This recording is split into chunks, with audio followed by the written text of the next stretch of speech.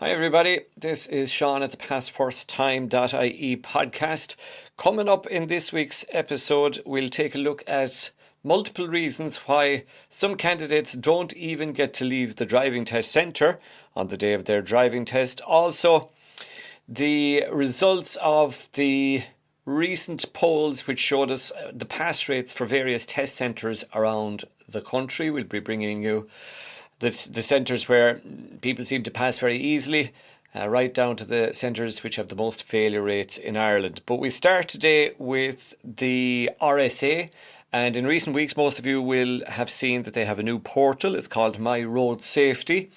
And while the portal itself, I think in time is going to be really good, there are some teething problems. We told you about an email last week that was sent out in error, and people are reporting delays in getting into the portal as well. But once you get in there, it does offer quite a lot of facilities for you. So bear with it is the message for now, and sit and wait. Often the time that it shows on the screen is not as long as you will be waiting. If you just sit it out for a little while, you'll get in there a lot faster at times.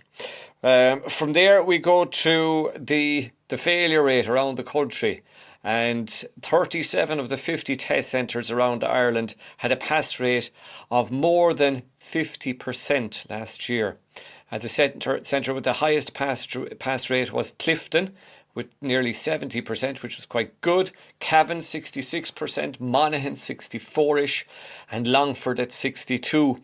Going down the other side of it, Shannon had the lowest pass rate with 42.7%, followed by Finglas at 42.9%, and Churchtown also in Dublin with 44%, and Clonmel with 45%. But if you were to level it out county or countrywide, it does still work out that the average pass rate is somewhere around the 50% rate. In other words, about half of candidates are still not quite making the mark, not passing the driving test first time. And a major reason, a couple of thousand people every year don't even get to do their driving test. So they arrive on the day of the test, they take their pre-test lesson, they're all ready to go. They go in, they do their theory, they come out, and there's a problem with their car, and that stops everything. It can often even stop a little before that, because one of the other reasons that people don't even get to drive is that there's something wrong with their learner permit. For instance, it could be out of date. It could be your brother or sister's permit. It could be your old permit. It could be your student card that you thought was your permit. So check your learner permits. Make sure it's the current and in-date learner permit. When you get to your car, then make sure that you have tax, NCT, all discs, your insurance disc, etc., that they're all in date and they're all legal. Because an examiner won't take any excuse. You can tell him you were just after buying the car and you didn't get the logbook yet, so that's why you have no tax. But that's no good to a driving examiner. The car must be legally roadworthy. It must have current discs. Likewise, it must have L plates front and rear.